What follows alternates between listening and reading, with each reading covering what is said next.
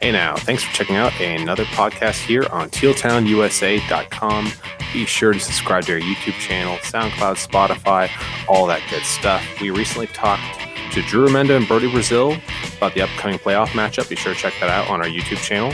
We also talked to Sharks VP of Digital and Marketing, Doug Benz, about what to expect at games for the playoffs.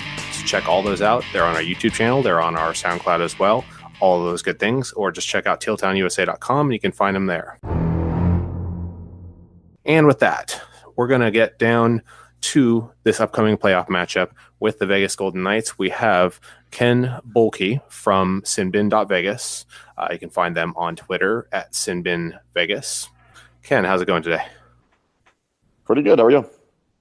I'm doing well. I'm nervous about the upcoming matchup. They announced the schedule this morning, but I mean, you got it doesn't, even if you're worried about a matchup, you gotta play it right. There is no easy road to the Stanley Cup. So if Sharks find a way to slay their dragon, hey, whatever. I'll go with it whichever way. And also, Puck Guy 14, the man, the myth, the AOL internet. Wow, what an intro! Thank you very much for having me as well. Yep. So just get right into it. So they announced this morning, first game 1 will be on April 10th. Then we'll have about an every other day cadence from there on out. The Sharks will be hosting game 1. This is the second straight playoff matchup between the two. Vegas won last year 4-2. Not to relive it all, but game 1, they lost 7-0. Sharks won game 2 in double overtime, 4-3. Vegas won in overtime in game 3, 4-3. Then the Sharks won 4-0. So it started out pretty okay for the Sharks, 2-2 at that point. Vegas takes over in game 5, 5-3, and then the Sharks go out with a whimper in game 6, 3-0. 2 Vegas shutouts, 1 Shark shutouts, 2 OT games. I didn't feel it was nearly as close as those scores may indicate, but we'll get into that a little bit more about how these teams match up against each other. Overall, in this last season, 2 teams played 4 times, 2-2. Vegas taking the first one and the third one. Sharks winning an OT a week ago. And then in the 2017 season, Vegas was 3-1 against the Sharks. Lifetime, Vegas is 9-5. Sharks have actually never scored 5 goals against Vegas, never won 2 in a row. 3/5 of the Sharks wins have come in OT, a 1-goal game, and then 1 runaway, 1 shutout. Vegas has only won twice in OT against the Sharks. There's only been 1 1-goal game. There's been 4 runaways and 3 shutouts. So historically, this matchup has definitely favored Vegas, though it is a relatively short history, especially when it comes to high-scoring games. So a lot said there. I'll shut up for a moment there. What is your initial take on the series here, Ken? I think that out of the box, it's going to be a tough series. I think there's no doubt that these 2 teams are fairly evenly matched. I think they're probably the best 2 teams in the Western Conference coming in. Standings don't necessarily say that, but talent-wise, I think they're 2 of the best teams. But like you said, if you look through a majority of the past, the Golden Knights look pretty darn good against the Sharks, and that leads to believe that the Golden Knights should not have all that much of a problem getting going, scoring some goals. I just think it's going to be how well are they going to defend. They've been inconsistent throughout a majority of the season. There are times where they give up a lot of easy goals, and if you do that against San Jose, you're going to find yourself behind in games, and coming back is going to be a challenge. So I think it's going to be a good series. I think it's going to last a long time. I don't think it's going to be one where one team dominates over the other. So I'm looking forward to it. I think it's going to be a lot of fun. Absolutely. And neither team's really coming in on a hot streak. Vegas has lost 7 out of the last 8. Sharks have lost 9 out of their last 12. Not exactly how teams like to go into the playoffs. What's your take on that, Erik? It's strange because we've seen both of these teams dominate so much during the regular season. I mean, Fleury was right up there with top wins. So was Martin Jones at the same time, but it's one of those things where you just get caught off guard. Maybe, like you said earlier, Ken, they've known each other, that they were going to play each other for about a month now. I mean, yeah, there was San Jose was hanging on to the prospect of maybe trying to steal the division from Calgary, but realistically, Sharks and Vegas knew, even before they met in March, that they're going to be playing each other. And so it's going to be interesting to see what kind of gamesmanship kind of goes into, especially game one, uh, what cards were shown, not to take a Vegas casino pun away, but what cards were shown in the regular season to now, where maybe both teams kind of took the gas pedal, put their foot off the gas a little bit, trying to prep for this postseason. I wholly expect there will be a lot of Vegas style puns in this, just because why wouldn't you? I can only imagine how many headlines that have made you roll your eyes, Ken, that you've seen over the years since Vegas came into the league. So let's start with just some of the individual matchups here. And this is the one I think has most Sharks fans scared, is goaltending. Just to throw some stuff out there first, Fleury, lifetime, I didn't actually look up the stat. I probably should have. But in a Vegas uniform, he is 7-3 against the Sharks. So he's had a lot of success against them. I think that was like the second highest percentage he had against any team that he's played more than 2 times.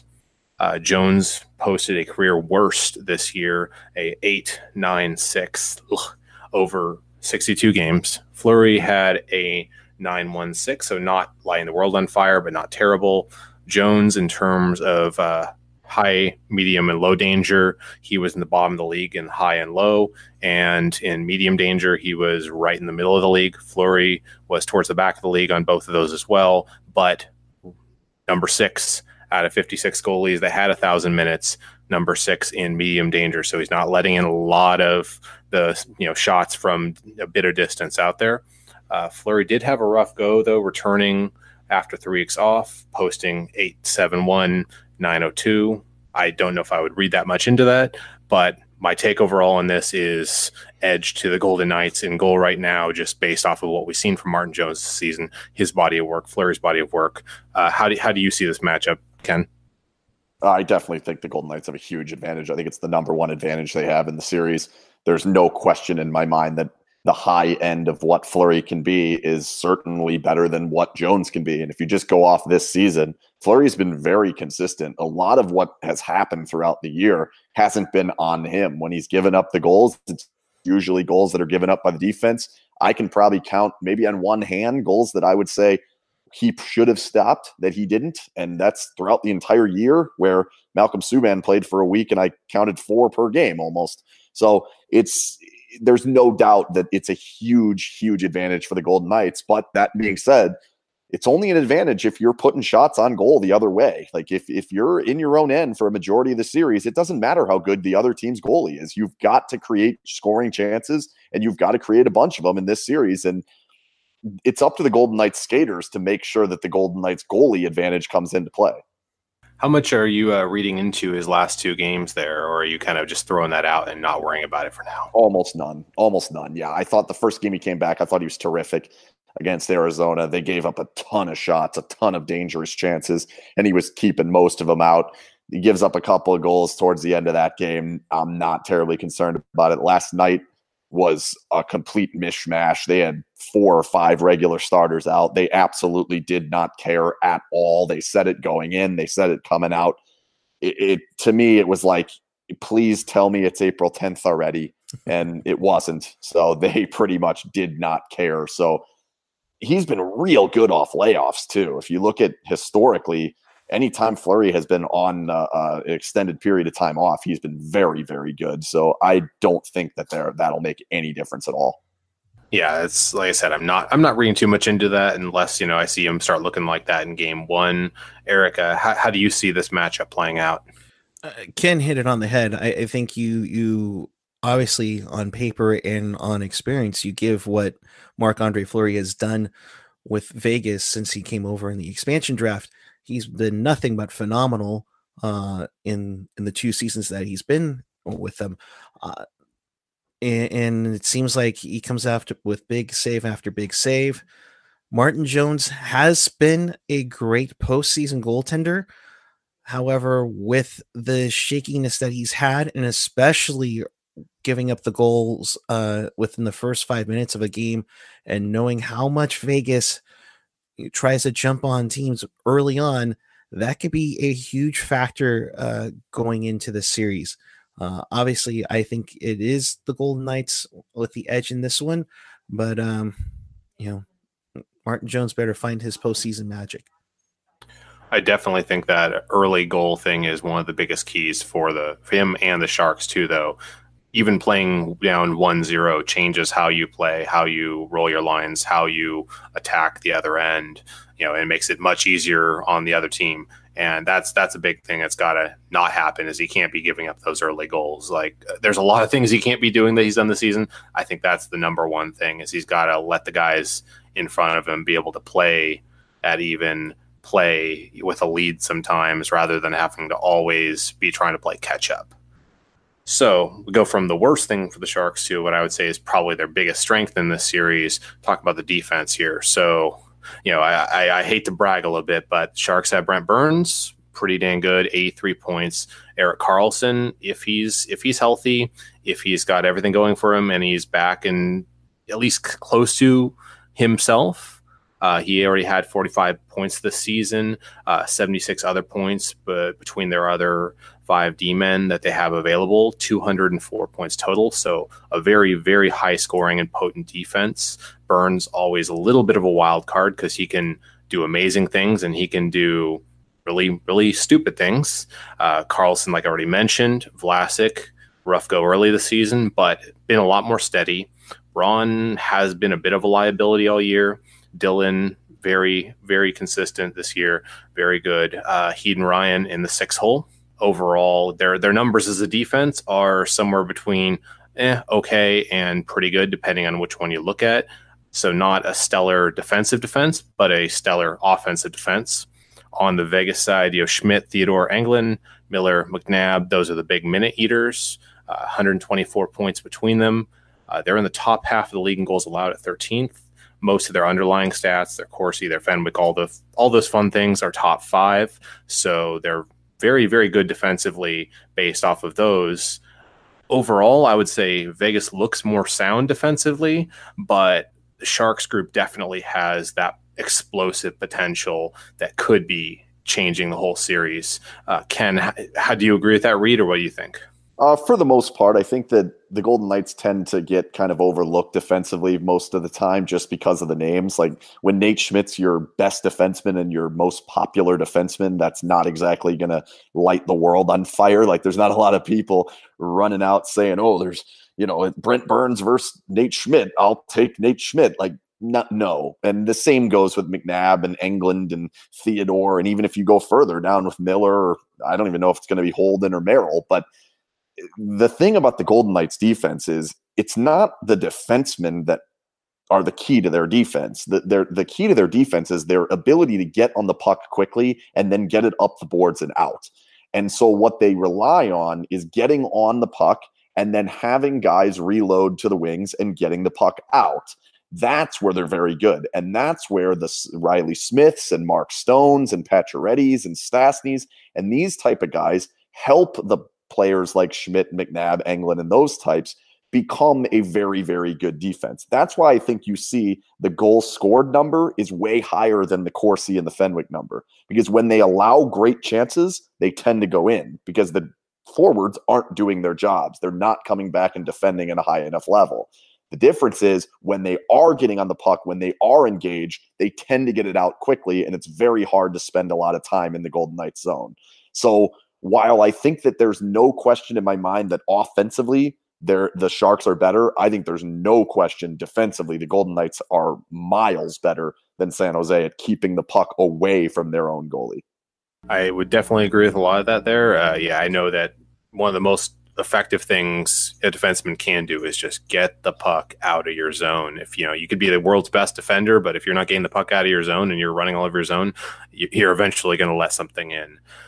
Erik, how do you like this matchup? Offensively wise, and I agree with Ken, San Jose definitely has a domination in this one with Burns and with Karlsson coming back, and we'll see how EK65 does in that realm. Like you said, Vlasic had a rough start. He started to become dependable again.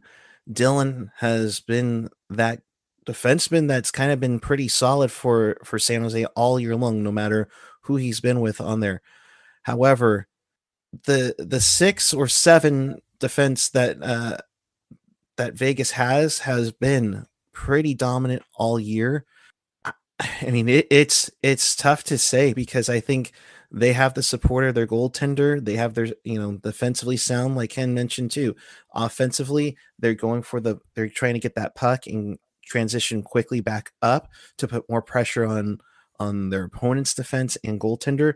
And that could be a huge thing. But, I agree offensively for the defenseman. That'll be a huge key for the Sharks if they're going to win this series. But defensively, Vegas is sound enough that it's not going to have any issues and maybe even take advantage of some bonehead plays that we've seen from some of the Sharks defense this year. So it's a toss-up in my mind. Yeah, in my mind, I'll give it a bit of an edge to the Sharks, but definitely I would say I'm not trying to disrespect Vegas when I say that, because I think Vegas definitely has a solid team defense, and that's often underrated by a lot of people. It doesn't look glamorous, but it's very good. So moving on to the forwards group, for the Sharks, you have quite a number of guys who have had great years. Hurdle being probably the most notable one. He's really come of age this year. 35 goals, 39 assists. Couture's had a great year. Meyer also had a breakout year. Pavelski being a steady self. Evander Kane had a solid year. LeBanc and Thornton quietly had great marches and probably helped keep the Sharks from losing almost every game in the month. You have 7 50-point players, 8 if you include Nyquist, and then you have 4 30-goal scorers, which they said is the first time it's happened on a team in 10 years. I believe they said last time it was on the Red Wings of 2009. On the other end, you have Mark Stone leading up Vegas, 73 points, 33 goals. You have Marchessault with 59, Carlson, 56 points, Smith, Alex Tuck, Stastny, Eakin, Pacioretty. Those are your leaders in the clubhouse.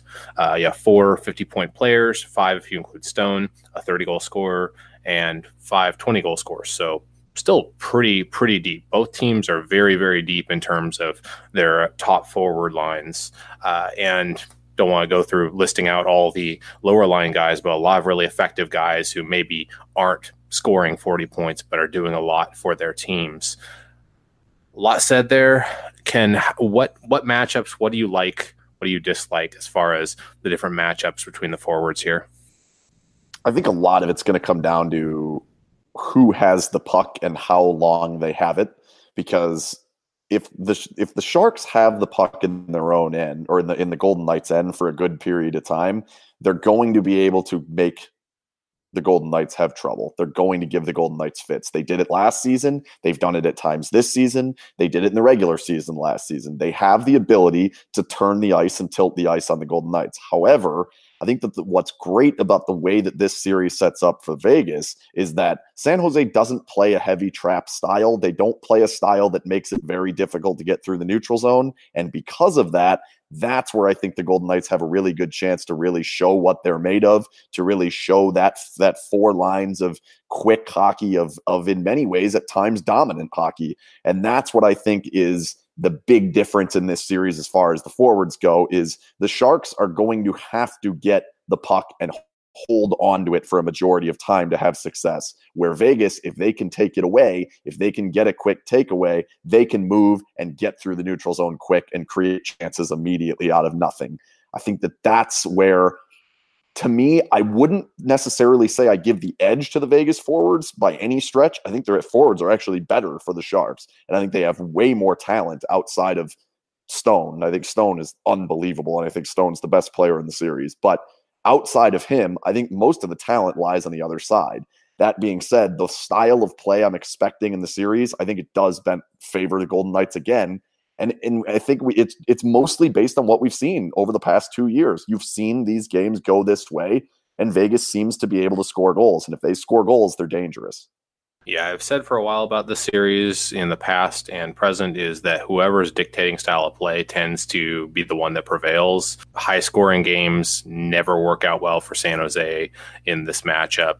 track meet games do not work well for them. And I think you're right about the neutral zone being one of the most important things. Is they have to actually be able to stop them and not let them just run up and down the ice, because if it turns into a track meet, it's going to be ugly for the Sharks. I think they have to change their game, to be honest. Like, I don't think San Jose can come in and play the same way they played in that series last year. I really think they have to have a different mindset and a different philosophy, and we will find out quickly if they have it. I think Pete DeBoer is a damn good coach, and it wouldn't shock me if they come out with something completely new. Question is it going to work? If you try it, can you all of a sudden do that and make it work? I don't know. Erik, do you think they're going to come up with something new? How do you like this matchup? They could definitely do something that's a little bit of a hybrid of what they've done in the past and what they can do. I think they know they can't beat them run and gun. I mean, if it's back and forth, Vegas is just going to eat them alive, especially with the likes of Pavelski and Joe Thornton, who aren't necessarily speedsters, but they are more skillful.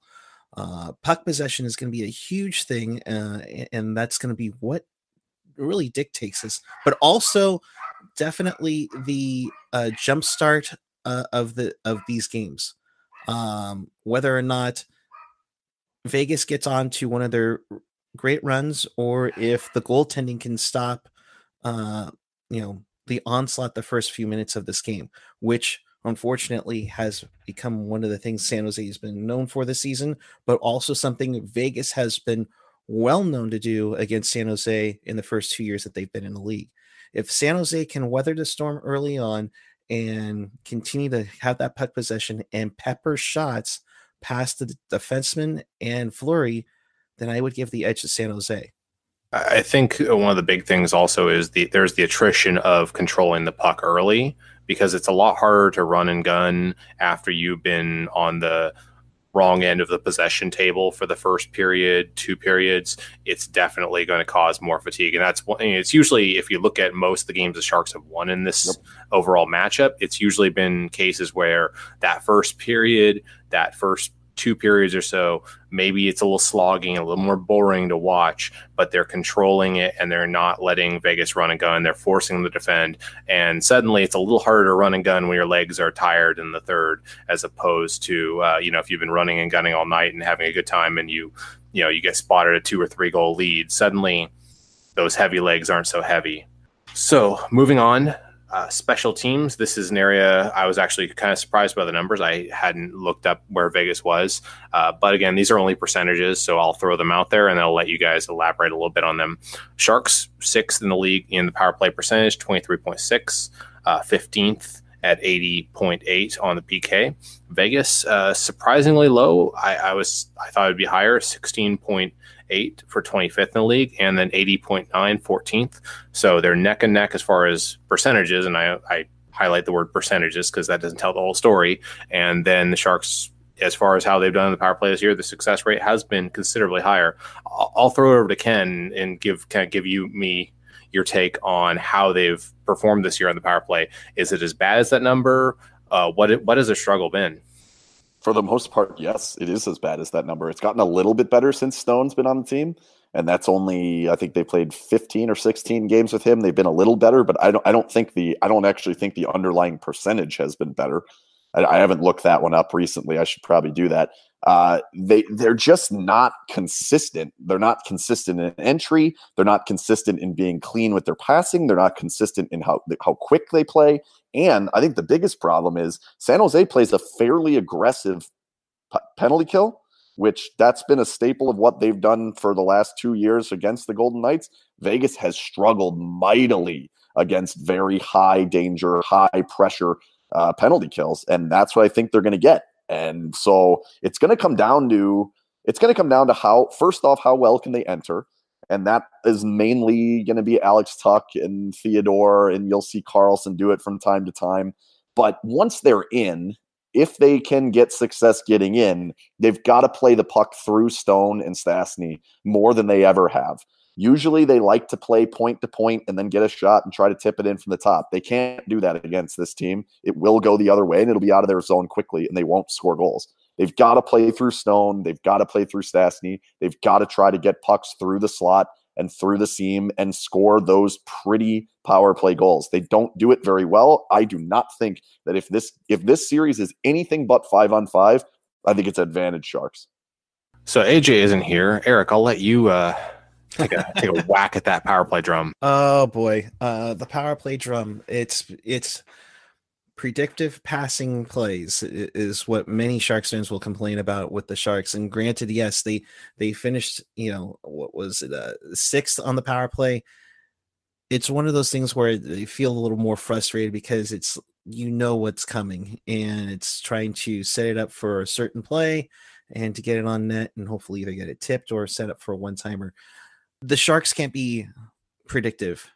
They can't get fancy. They cannot do that fancy drop back pass. It'll cost them dearly. We've seen it a couple of times shorthanded where they barely get into the neutral zone, or they do that drop pass and it gets stolen right away or gets cleared down. They can't jump on that. San Jose needs to me, have a perfect game, because I think we've seen it many times where Vegas will come down and definitely get a shorthanded chance. For Vegas, again, I'm surprised too about what occurred with their power play. Yeah, it's been getting better with Stone, and my gosh, Stone, what a pickup for the Knights. I mean, that's just amazing what he's done, and he's starting to change it around. The penalty kill, which is kind of surprising. San Jose has been on a recent struggle. They were nearly top in the league midway through the season. However, they have bounced back with over the last few games where they haven't allowed a power play goal in a while. So this one's very even, and honestly, 4 out of 5 on a penalty kill for both of these teams isn't cutting it. But San Jose needs to make their opponent pay dearly if they take some dumbhead penalties, and likewise, if Vegas gets a power play because maybe Michael Haley or Evander Kane takes a penalty, not to put those two out there, but if they take a penalty and Vegas capitalizes it, the Sharks can be in deep trouble. However, San Jose should have a better power play and better special teams overall, in my opinion. Part of me wonders, would it? Yeah, I think Ken already said that in some ways it could be advantage San Jose if there's a lot of special teams. I think definitely it could be. I think it depends on how it plays out, but in some ways I wonder if a strategy that might be good for the Sharks actually would be to muddy the waters a little bit and get involved in more funny business, partially to create more of those opportunities maybe, but also I know one of the things about, playing that fast-paced style, part of it just comes the momentum you build shift after shift, and also just the mental aspect for the team defending. It feels like you're just under attack constantly. If they were to muddy the waters and kind of cause more stoppages, cause, more penalties, just maybe that might work more in their advantage than other strategies have worked in the past. Ken, what would be your take on that? I just think I agree with you, but I think you got to be careful when you start doing that, because when you go into a series and that's your plan and that's a part of your plan, you tend to be on the wrong side of the 2-for-1 penalties, the after whistle scrums. You tend to get the extra 2 minutes. And if you go into the series planning on doing that, I don't think it's all that good an idea. That being said, if Ryan Reeves and William Carrier are on the ice, and I'm not so convinced they're going to play both of them, but if you can get one or the other, you can get them riled up and you can do exactly what you're talking about and slow the game down. And then that's going to bleed over into Pacioretty. That'll bleed over into Marchessault. That'll bleed over. Sometimes even Carpenter gets a little wacky at times. There is a way to do that to Vegas, and I think it is a positive thing to do if you're looking at it from the Sharks' perspective. But I'm always nervous going into a series thinking, let's muddy up the waters, because if that's the plan, it's very clear early that that's your plan, and refs do not look kindly upon that early, especially in a series where, what was it, 2 weeks ago, we saw a wild game where all they wanted to do was punch each other in the face. After that game, you've got to think the refs are on high alert, and they're going to come into this series saying, we need to take control of this immediately. So I agree with you, but if I'm advising the Sharks on what to do, I would not advise going down that route, because you don't need those early penalties. You just don't. Yeah, Buckeye knows far be it from me to ever really think that's a good strategy. It's kind of more a thought experiment, a little thought there that maybe, they're probably going to play Haley no matter what. I just know how DeBoer seems to go with these things. My guess is that he's going to play Haley. I think the waters are going to be muddy no matter what. So part of me wonders if, if you can disrupt the pace of play, maybe that would work in their advantage. So transitioning from there, I think I want to go kind of general X factors. I don't want to leave this too open ended, but what aspect of each team's game and I'll start with Erik, do you like and do you think would be clear this is how they win the series? So, one for Sharks, one for Golden Knights. Defensively sound play by San Jose. They need their defense to be on par with everything, either blocking shots, making those crisp breakup passes. Do not give up any turnovers. Vegas will make you pay big time. You do those, I think that'll be a huge help for San Jose in the long run. For Vegas, if you're going to beat San Jose, it's by speed and overwhelming them and then getting them down early. For some reason, San Jose seems to have a psychological mentality where if they're down and out a little bit, that's right where you want them, because they just deflate, it seems like, on the bench. And we even heard that from some of our broadcasters as well. So that's what I look at for main X factors. Same question to you, Ken. I'll start with, I think Brent Burns kind of goes both ways as an X factor. I think that the Golden Knights have been able to take advantage of Brent Burns quite a bit over the past 2 years, and specifically in that playoff series. I think they come in with a plan, and that is throw long passes Brent Burns' direction. And that goes one of two ways. Either that leads to transition chances, or those get taken away and you wind up giving up really good chances going the other way. I think Burns as a whole has been a benefit to the Golden Knights, which I know sounds normally a little bit ridiculous, but he's the type of player that he leads to transition chances, whether that's offensively or defensively. He leads to transition chances. And like you guys have said before, you don't want to play run and gun with Vegas if you're San Jose in this series. So the X factor is, can you keep Brent Burns under control? Can you keep Brent Burns in the offensive zone and not getting exposed through the neutral zone and skating backwards, where I don't think he's particularly good? The other X factor to me is, how much are they going to let go in regards to the pick play? That pick play has ripped the Golden Knights apart, like shredded the Golden Knights over the past 2 years. It was dominant in Game 4 last season. I think they ran it 3 or 4 times and scored 2 goals out of it.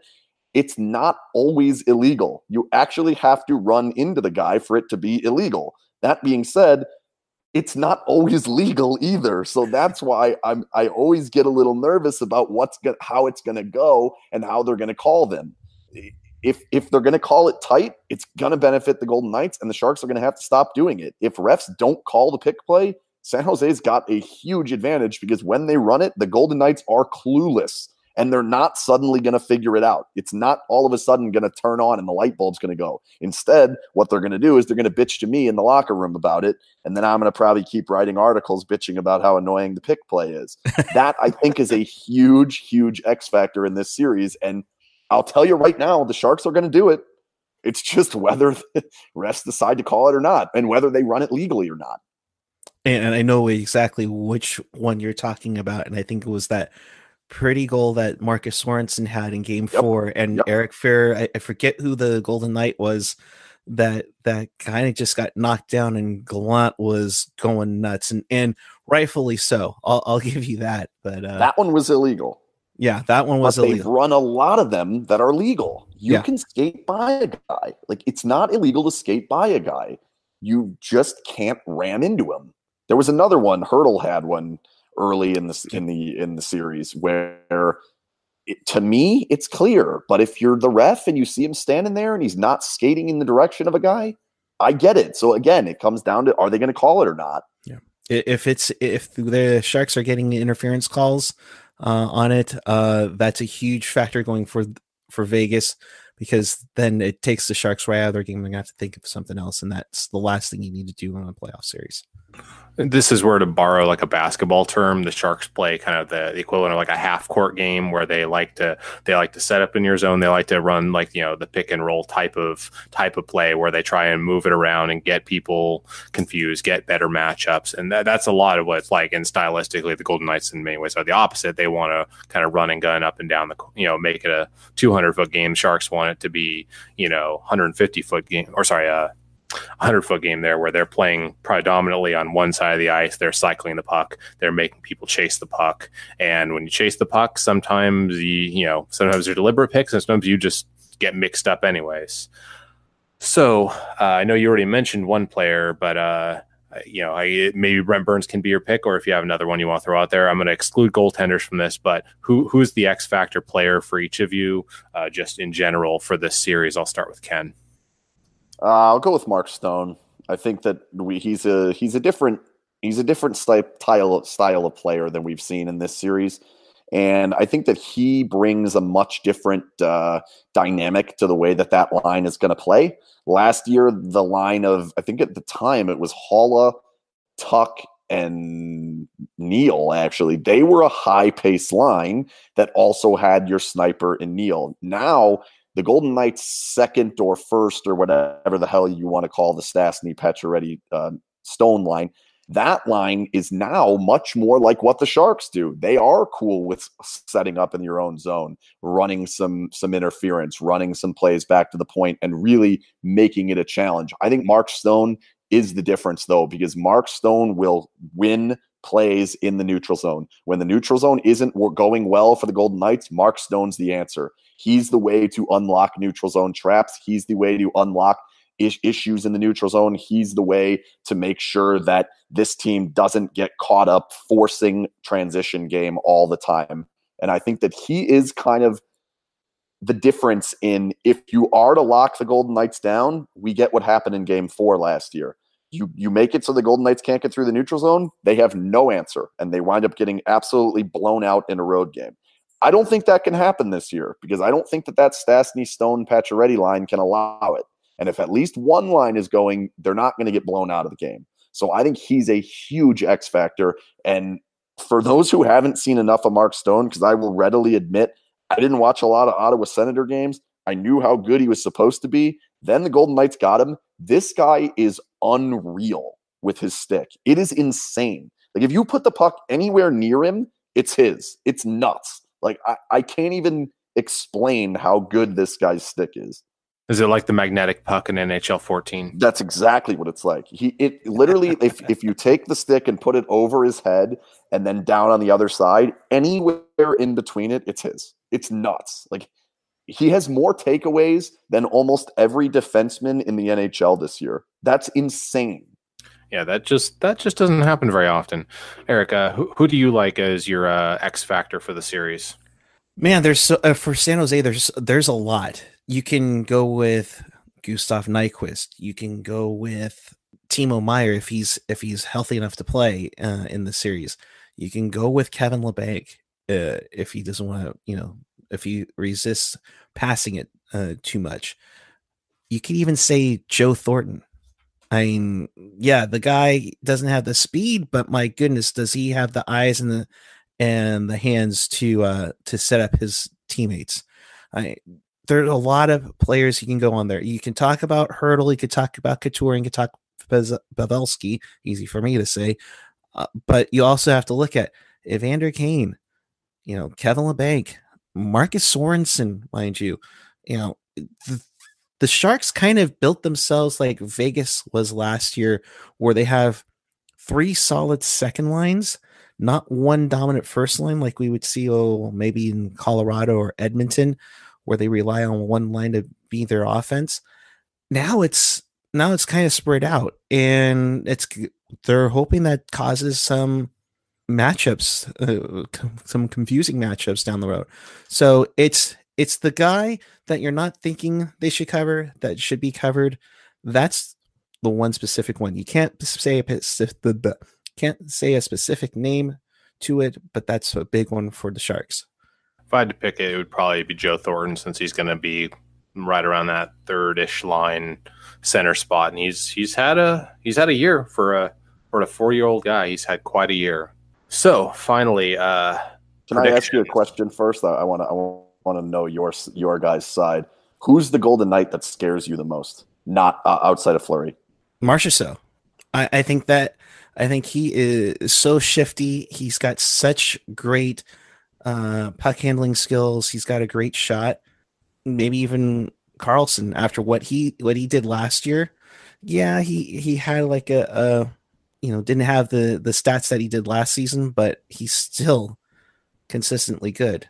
Don't buy those stats. He's just as good as he was last year. Exactly. Don't buy those stats. No. I don't. I just keep getting reminded of the between the legs goal in the final game last season. It's like, oh, he pulled the hurdle. Damn it.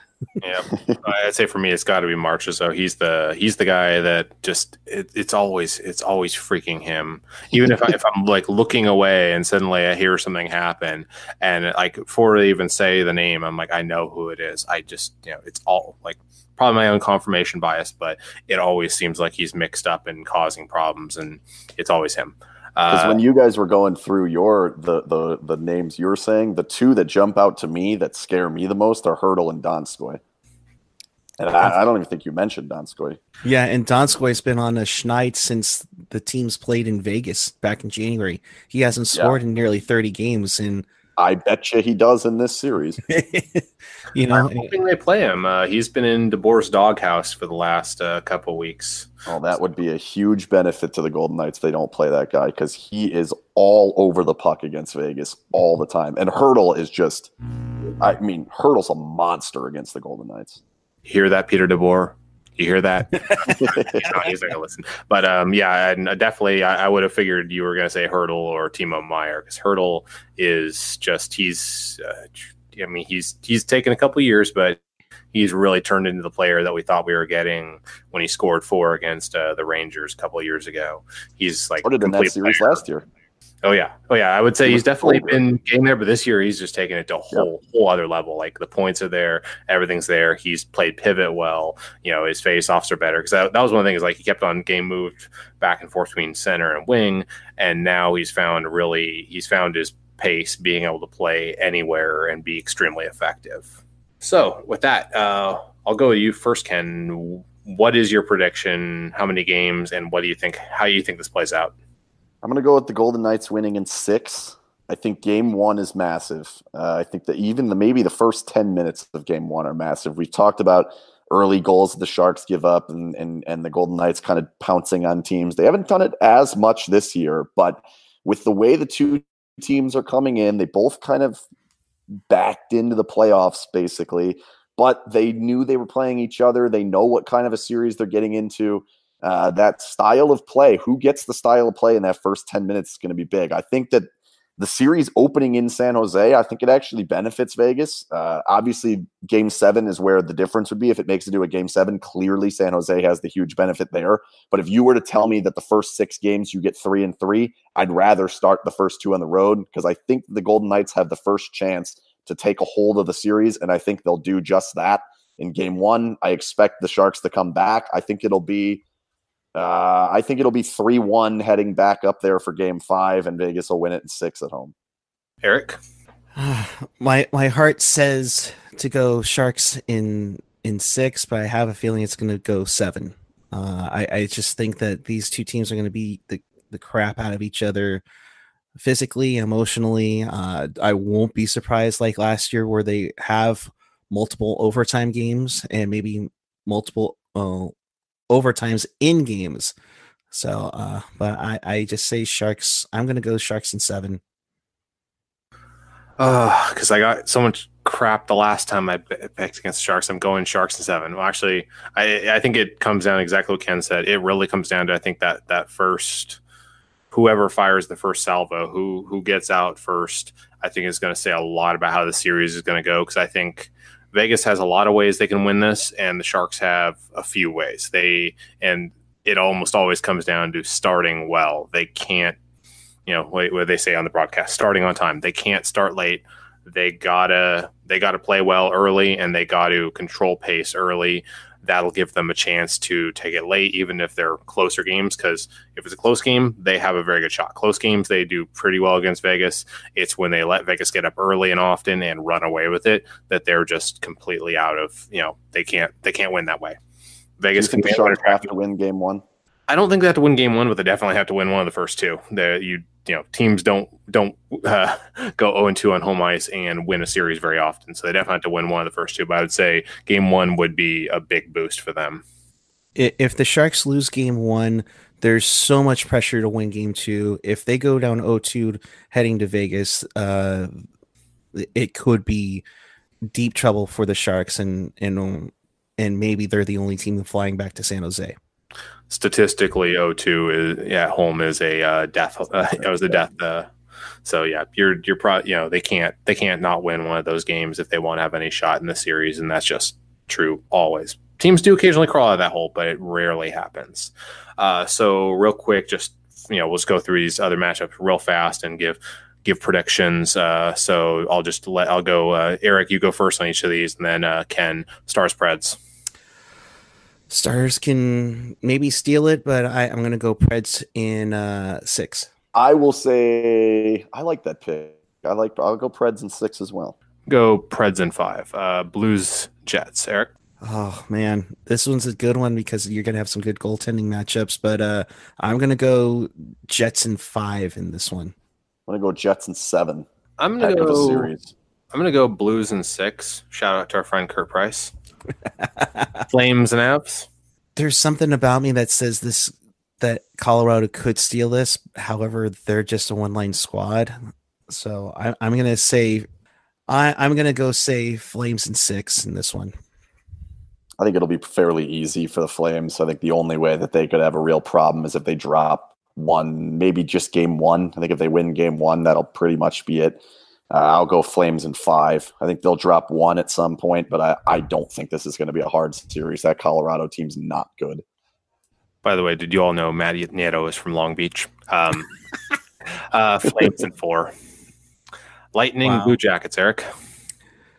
Well, Blue Jackets, I'm glad you throw away your future just to be swept by the Lightning in 4.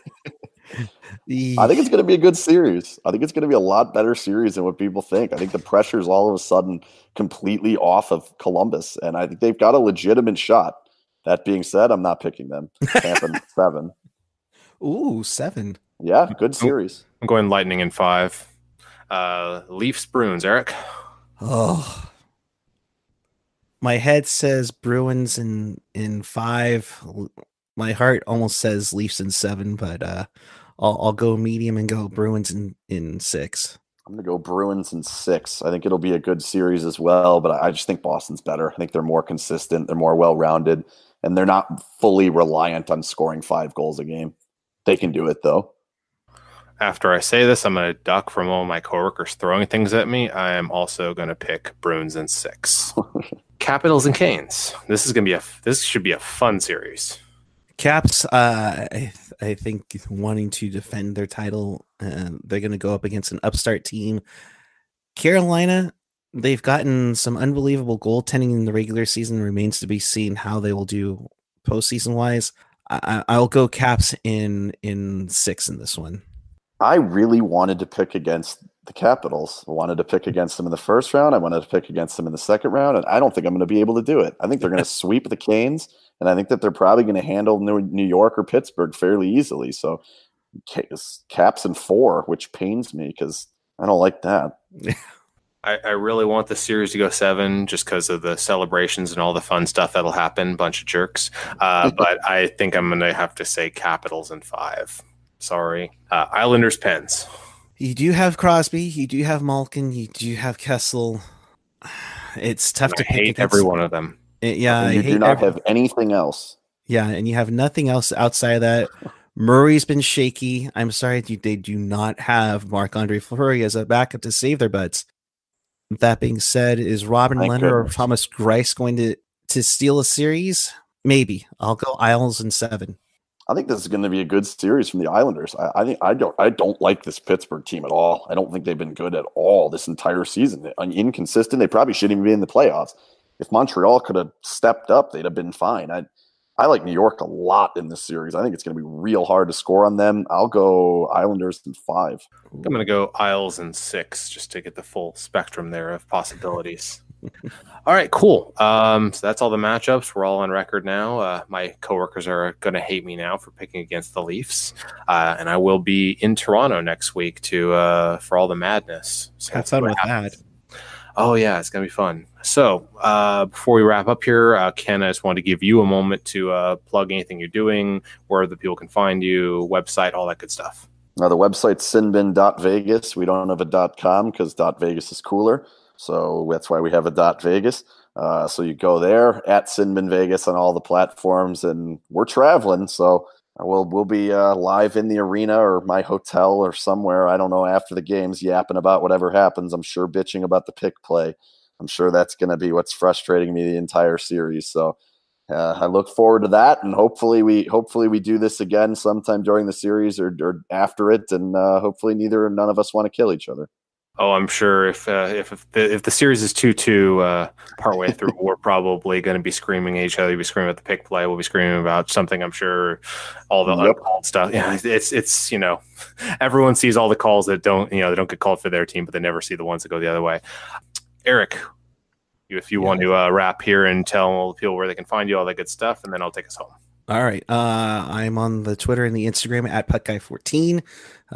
I'll be at games 1 and 2. So come on over, say hi. We're having fun because this is the fun time of the year, the playoffs.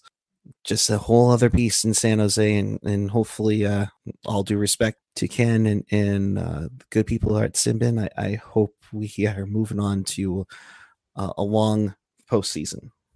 Thank you very much. So if anyone wants to check anything out, you can find it all on tealtownusa.com, and be sure to check out SinBin.Vegas. They do some really good content. Also check out our YouTube and SoundCloud. You can just punch in Teal Town USA, find all those things. Thanks again for listening, and go Sharks.